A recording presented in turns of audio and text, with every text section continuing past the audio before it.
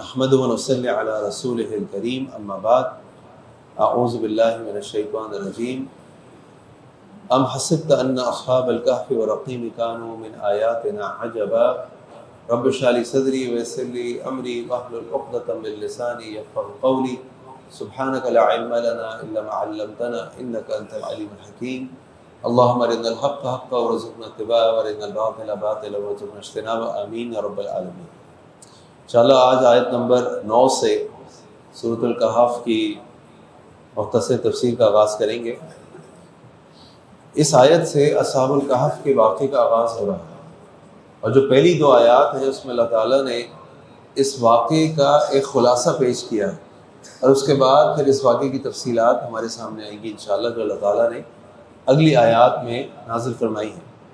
اللہ تعالیٰ فرماتے ہیں ام حسبت ان اصحاب الکہف والرقیم کانوا من آیاتنا عجبا، تو تمہارا کیا یہ خیال ہے کہ یہ جو اصحاب الکہف اور اصحاب الرقیم کا واقعہ ہے یہ اللہ تعالیٰ کی بہت ہی کوئی عجیب آیات ہے؟ یہاں پہ تفسیر ابن کثیر میں، تفسیر طبری میں یہ جو یہاں پہ لفظ استعمال ہوا اس کے کئی معنی ہیں۔ ان کے نزدیک اس کا معنی نفی کا ہے، تو کیا تمہارا خیال ہے کہ یہ کوئی بہت عجیب واقعہ ہے؟ کیونکہ اگر ہم حقیقت میں دیکھیں تو یہاں تو اللہ تعالیٰ نے ان اصحاب الکہف کو 309 سال کے لیے اس غار میں سلا دیا، لیکن 309 سال کے لیے غار میں سلانے سے زیادہ بڑا کام ایک انسان کی تخلیق ہے۔ وہ کتنا بڑا کام ہے؟ پھر اللہ تعالیٰ خود قرآن کریم میں فرماتے ہیں لَخَلْقُ السَّمَاوَاتِ وَالْأَرْضِ أَكْبَرُ مِنْ خَلْقِ النَّاسِ وَلَكِنَّ أَكْثَرَ النَّاسِ لَا يَعْلَمُونَ۔ یہ جو آسمان و زمینوں کی تخلیق ہے یہ انسان کی تخلیق سے بڑی چیز ہے۔ ہم اس بلڈنگ کے اندر بیٹھے ہوئے ہیں اور اتنے سے ہال کے اندر ہمارے سامنے کئی پلرز موجود ہیں، ستون موجود ہیں۔ آپ بڑی سے بڑی بلڈنگ لے لیجئے، جب ہم جا کر دیکھتے ہیں کہتے ہیں کہ بھئی کتنا بڑا ہال ہے جس میں بیچ میں کوئی پلر نہیں آ رہا۔ بہت سے وقت کتنا بڑا ہال ہوگا، 100 بائی 100 کا ہوگا، 200 بائی 200 کا ہوگا، 300 بائی 300 کا ہوگا، 400 بائی 400 فٹ کا ہوگا، اور کیا ہوگا۔ لیکن یہ پوری زمین جس میں آپ ایک کونے سے دوسرے کونے نکل جائیں اس کے کونے کنارے تک نہیں پہنچ سکتے آپ۔ اس پوری زمین میں اللہ تعالیٰ نے جو آسمان کھڑا کیا ہے، اور یہ زمین کھڑی کی، اس آسمان کا کوئی ستون نظر نہیں آتا۔ کتنی بڑی اللہ کی تخلیق۔ پھر یہ سورج آپ لے لیجئے، یہ چاند آپ لے لیجئے، یہ ستارے آپ لے لیجئے، یہ پوری کہکشاں آپ لے لیجئے، کتنی بڑی بڑی تخلیق ہے اللہ تعالیٰ۔ تو اللہ تعالیٰ فرما رہے ہیں یہ تم اصحاب الکہف کے واقعے کو سمجھتے ہو، جو تم یہودیوں نے کہا کہ جا کے اللہ کے نبی سے پوچھو صلی اللہ علیہ وسلم کہ یہ اصحاب الکہف کا کیا واقعہ ہے، اور یہ واقعہ تم سمجھتے ہو بڑا عجیب واقعہ ہے، تو اللہ کے لیے کوئی عجیب نہیں ہے، تو اللہ کے لیے بہت چھوٹی سی بات ہے۔ آسمان اور زمین کا تخلیق کر لینا، انسان کا تخلیق کر لینا، سورج چاند کا تخلیق کر لینا، اس سے کئی بڑی بات ہے۔ اور تفسیر ابن عاشور اور اسی طرح کچھ اور تفاسیر رول بیان وغیرہ میں اس کو کہا گیا کہ یہ نفی کا نہیں ہے، یہ تقریری ہے۔ یعنی اس کو آپ یوں پڑھیں گے کہ اور یہ جو واقعہ ہے اصحاب الکہف کا اور اصحاب الرقیم کا، یہ اللہ کی عجیب آیات میں سے ہے۔ اس میں آپ نفی نہیں پڑھیں گے بلکہ آپ پڑھیں گے واقعی عجیب آیات میں سے۔ اور اس کی وجہ یہ ہے کہ اللہ تعالیٰ نے 309 سال کے لیے لوگوں کو سلا دیا، ورنہ ایک آدمی کتنی دیر سوتا ہے؟ اور اگر کوئی اتنی دیر سو جائے، 1 دن سو جائے، 2 دن سو جائے، 3 دن سو جائے، تو پھر اللہ ماشاءاللہ یقینی طور پر اس کی موت واقع ہو جاتی ہے۔ ویسے بھی جو نیند ہے اس کے بارے میں آتا ہے النوم اخو الموت، جو نیند ہے وہ موت کا بھائی ہے یا بہن۔ اور کتنے ہی لوگ ہیں جو سوتے ہیں اور سو کے نہیں اٹھتے، اللہ تعالیٰ اس کا ذکر قرآن کریم میں بھی فرماتے ہیں۔ تو ہم حسبت ان اصحاب الکہف والرقیم، تو اصحاب الکہف کون ہوئے؟ اصحاب الکہف وہ اصحاب ہوئے جو ان سے مراد وہ 3 افراد نہیں ہیں، جو صحیح بخاری سے مسلم کا واقعہ ہے کہ شدید بارش اور طوفان ہو رہی تھی، وہ 3 افراد اس غار کے اندر چلے گئے، وہاں جا کے انہوں نے پناہ لے لی۔ تو یہ وہ غار نہیں، یہ وہ کہف نہیں، یہ وہ الگ واقعہ ہے جو تفصیل سے ابھی آ رہا ہے۔ پھر رقیم کا کیا معنی ہے؟ رقیم کے کئی معنی مفسرین نقل کیے۔ کسی نے کہا کہ یہ اس علاقے کا نام ہے جہاں یہ لوگ رہتے تھے، کسی نے کہا کہ یہ اس پہاڑ کا نام ہے جس پہاڑ میں جا کے وہ غار تھا، کسی نے کہا یہ اس پہاڑی علاقے کا نام ہے، اور کسی نے کہا یہ ان تختیوں کو کہتے ہیں جو ان اصحاب الکہف کے بارے میں ان کی تاریخ لکھ کے اس غار کے اوپر لگا دی گئی، اور اکثریت جمہور علماء مفسرین کی بھی یہی رائے ہے کہ اس سے مراد وہ تختیاں ہیں جو اس کہف کے باہر لٹکا دی گئی بعد میں کہ یہاں اصحاب الکہف موجود ہیں۔ تو اللہ تعالیٰ فرما رہے کانوا من آیاتنا عجبا، یہ اللہ تعالیٰ کی عجیب آیات میں سے ہے۔ پھر آگے اللہ تعالیٰ فرما رہے اذ اول فتیۃ، کہ جب وہ نوجوانوں نے پناہ لی الی الکہف، اس کہف کے اندر، اس غار کے اندر۔ یہاں پہ اللہ تعالیٰ ذکر فرما رہے ہیں فتیۃ، فتیۃ جمع ہے فتن کی، یعنی نوجوانوں کی، اور نوجوانوں کی ہمارے دین میں بڑی اہمیت ہے، اور نوجوانی کی بھی بڑی اہمیت ہے۔ یہ جو نوجوان ہوتے ہیں یہ اصل میں وہ لوگ ہوتے ہیں جو سب سے پہلے کوئی بھی انقلابی قدم اٹھاتے ہیں۔ سب سے پہلے یہ کسی بھی دعوت کے اوپر لبیک کہتے ہیں، کیونکہ ان کے پاس جذبہ ہوتا ہے، ان کے پاس طاقت ہوتی ہے، ان کے پاس عمر ہوتی ہے۔ اللہ کے نبی صلی اللہ علیہ وسلم نے جب دعوت پیش کی تو اولین دعوت قبول کرنے والے وہ نوجوان تھے۔ پورے افراد تو اپنے نام، اپنی عزت، اپنی برادری، اپنی انہوں زیادہ زمانے سے ٹکر نہیں لیتے، کہتے بھائی نہیں کر سکتے ہم۔ تو یہ نوجوانی کی بڑی اہمیت ہے، اس لیے اللہ کے نبی صلی اللہ علیہ وسلم کی حدیث ہے، آپ نے فرمایا وہ 7 افراد جو قیامت والے دن اللہ تعالیٰ کے عرش کے سائے کے نیچے ہوں گے، ان میں سے ایک کون ہوگا؟ شاب، وہ نوجوان جس نے اپنی عمر اللہ کی یاد میں گزاری۔ اسی طرح جو حدیث میں آتا ہے کہ 5 سوالات کے جوابات دیے بغیر ابن آدم کے قدم اللہ رب العزت کے آگے سے نہیں ہٹ سکیں گے قیامت والے دن۔ ان میں سے 5 سوال کیا؟ نمبر 1 عمر کہاں گزاری، نمبر 2 جوانی کہاں کھپائی، جوانی کہاں کھپائی، نمبر 3 مال کہاں سے کمایا، نمبر 4 مال کہاں خرچ کیا، نمبر 5 جو علم حاصل کیا اس پر کتنا عمل کیا۔ یہاں بھی ان 5 اہم سوالوں میں سے ایک سوال جوانی کہاں کھپائی۔ اور یہ جوانی انسان کی زندگی کا وہ دور ہوتا ہے جو 2 کمزور دوروں کے بیچ میں آتا ہے۔ ایک کمزوری کا دور ہمارا ہوتا ہے جب ہم جوان نہیں ہوتے، بچے ہوتے ہیں، بہت کمزور ہوتے ہیں، مکمل طور پہ اپنے ماں باپ پہ، دوسروں پہ انحصار کر رہے ہوتے، کچھ نہیں کر سکتے۔ اور ایک کمزوری کا دور ہوتا ہے جو جوانی گزرنے کے بعد بڑھاپا ہوتا ہے، پھر انسان کمزور ہو جاتا ہے اور پھر انسان دوسروں پہ دوبارہ ڈپینڈنٹ ہو جاتا ہے، انحصار کرنا پڑتا ہے۔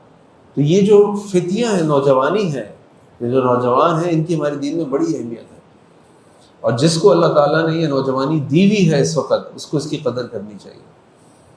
یہ نوجوانی فضول کاموں میں ضائع ہو جائے، یہ بے مقصد کاموں میں ضائع ہو جائے، یہ دنیا کی فضولیات اور گناہوں میں ضائع ہو جائے، اس سے بڑا نقصان کوئی نہیں، اس سے بڑا نقصان کوئی نہیں۔ تو اس نوجوانی کا فائدہ اٹھانا چاہیے۔ اللہ تعالیٰ فرما رہے ہیں اذ اول فتیۃ الی الکہف، جب ان نوجوانوں نے پناہ لی اس غار کے اندر، فقالوا، تو انہوں نے کہا ربنا آتنا من لدنک رحمہ، اے اللہ ہمیں اپنی خاص رحمت میں سے عطا فرما، وہیئ لنا من امرنا رشدا، اور ہمارے لیے ہمارے معاملات کو آسان کر دے، ہمارے راستے کو، نیک راستے کو آسانی کر دے، اس میں آسانی پیدا کر۔ یہاں پہ 2-3 بڑی اہم باتیں ہیں جو سمجھنے کی ضرورت ہے۔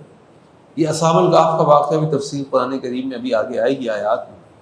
قرآن کریم کو اگر آپ دیکھیں گے تو قرآن کریم، علماء فرماتے ہیں قرآن کریم کا 1/3 حصہ واقعات پر مشتمل ہے، 1/3 حصہ عقیدے پر مشتمل ہے، اور 1/3 حصہ مسائل اور احکامات پر مشتمل ہے۔ یہ جو واقعات ہیں یہ اتنے دلچسپ ہوتے ہیں، یعنی واقعات کے اندر تعالیٰ نے ایسی کشش رکھی ہے کہ جب انسان ان واقعات کو سننے میں مصروف ہو جاتا ہے تو پھر وہ محو ہو جاتا ہے، اور وہ واقعہ اس کو یاد رہ جاتا ہے، اور اس واقعے کے ذریعے سے ہی وہ کئی باتوں کو یاد کر لیتا ہے۔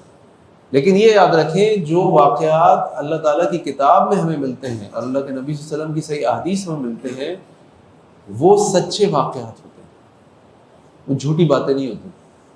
جیسے دنیا کے واقعات میں جھوٹ بھی ملا ہوتا ہے اور جھوٹے واقعات بھی ہوتے ہیں، لیکن یہ سب سچے واقعات ہوتے ہیں۔ پھر یہ یاد رکھیں کہ جو واقعات ہمیں قرآن اور حدیث میں ملتے ہیں، ان واقعات کے اندر خاص طور پر قرآن میں کوئی فضولیات نہیں ہوتی۔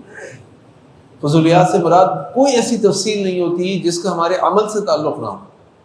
مثال کے طور پہ یہ پورا واقعہ بھی تفصیل سے پڑھیں گے، آپ دیکھیے گا۔ سورہ یوسف آپ جانتے ہیں، ایک بہت خوبصورت واقعہ ہے۔ اس اصحاب الکہف کے واقعے کی جب اللہ تعالیٰ تفصیل بیان کرتے ہیں تو اللہ تعالیٰ یہ نہیں بیان کر رہے یہ کس صدی کا واقعہ ہے، یہ کس علاقے کا واقعہ ہے، یہ کس قوم کا واقعہ ہے، یہ یہودی تھے، عیسائی تھے، یہ کون لوگ تھے، وہ جس زمانے میں تھے اس زمانے کے بادشاہ کا کیا نام ہے۔ یہاں تو آپ دنیا کی کتابیں اٹھائیں، قصے پڑھیں تو بادشاہ کا نام، اس کی بیویوں کا نام، اس کے بچوں کا نام، اس کے محلات کا نام، اس کے علاقے کا نام، اس کے باپ کا نام، اس کے دادا کا نام، پتہ نہیں کیا کیا تفصیلات ہوتی ہیں۔ لیکن قرآن کریم کے اندر جو واقعات ہیں اس میں آپ کو تفصیلات نہیں ملیں گی، کیونکہ ان کا عمل سے کوئی تعلق نہیں۔ اور قرآن کریم کے جو واقعات ہیں وہ قیامت کے دن تک کے لیے ہمارے لیے راہ ہے، رہنمائی ہے اس کے اندر۔ تو کسی بھی زمانے میں آپ چلے جائیں یہ واقعات آپ کو فائدہ دیں گے۔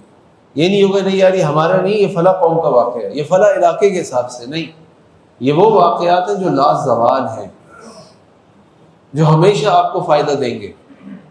اس لیے اللہ تعالیٰ قرآن کریم کے واقعات کے بارے میں فرماتے ہیں کہ لقد کان فی قصصہم عبرۃ لأولی الالباب، ان واقعات کے اندر اللہ تعالیٰ نے عبرت رکھی ہے، سبق رکھے ان لوگوں کے لیے جو عقل والے ہیں۔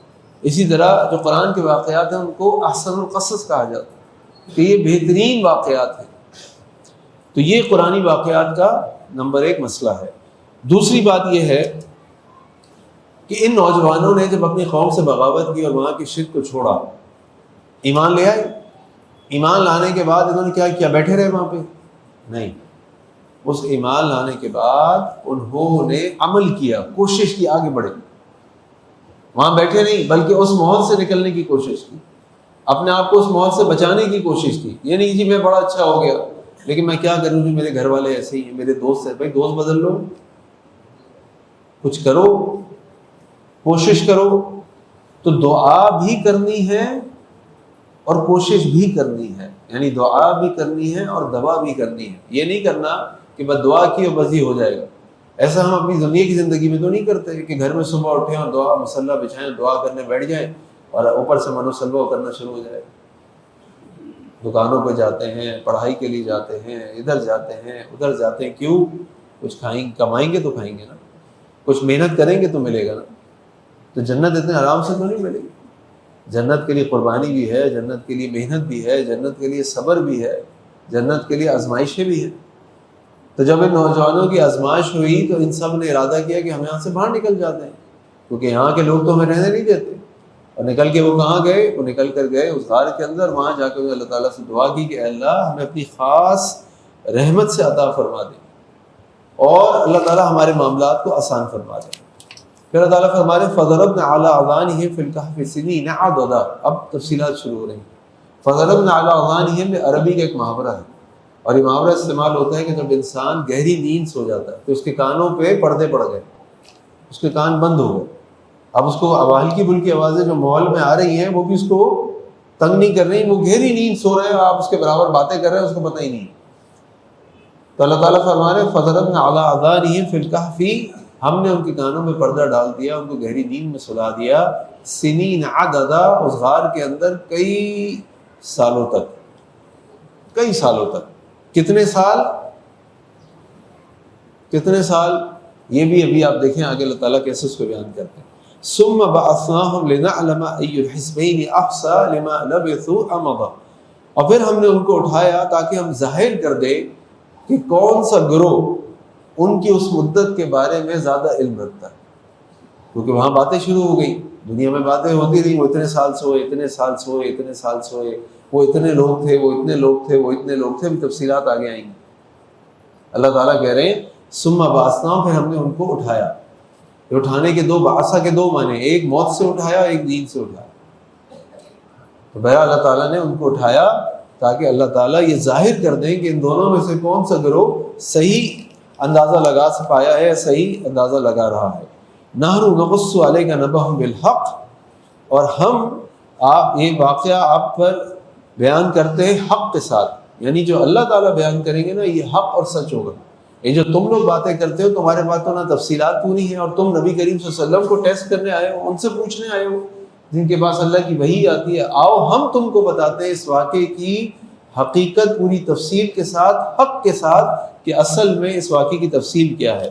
پھر اللہ تعالیٰ فرما رہے ہیں انہم فتیۃ آمنوا بربہم، یہ چند نوجوان تھے اس علاقے کے جو اپنے رب کے اوپر ایمان لے کر آئے۔ وزدناہم ہدی، اور اللہ تعالیٰ نے ان کو ہدایت میں بڑھا دیا۔ یہاں دو باتیں ہمارے سامنے آتی ہیں۔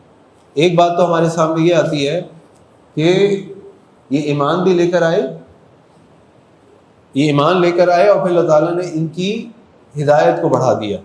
ہدایت کو بڑھانے کا کیا طریقہ ہے؟ ہدایت کو بڑھانے کا طریقہ یہ ہوتا ہے کہ جب انسان عمل کرتا ہے تو عمل سے اس کی ہدایت، اس کا ایمان اور بڑھ جاتا ہے۔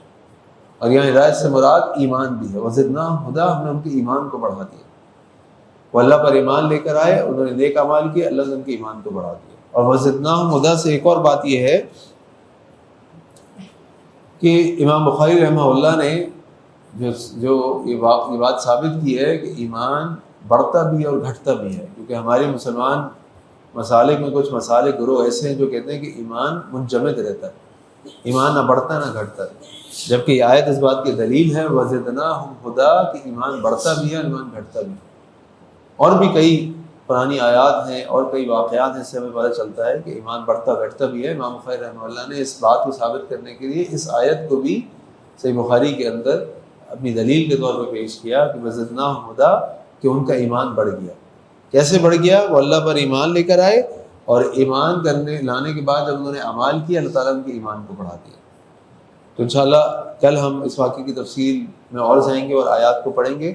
اللہ سے دعا ہے کہ اللہ تعالیٰ ہمیں قرآن کریم کو پڑھنے، سمجھنے، اس پر عمل کرنے کی توفیق عطا فرمائے۔ سبحانک اللہم بحمدک، اشہد ان لا الہ الا انت، استغفرک و اتوب الیک۔ السلام علیکم و رحمۃ اللہ وبرکاتہ۔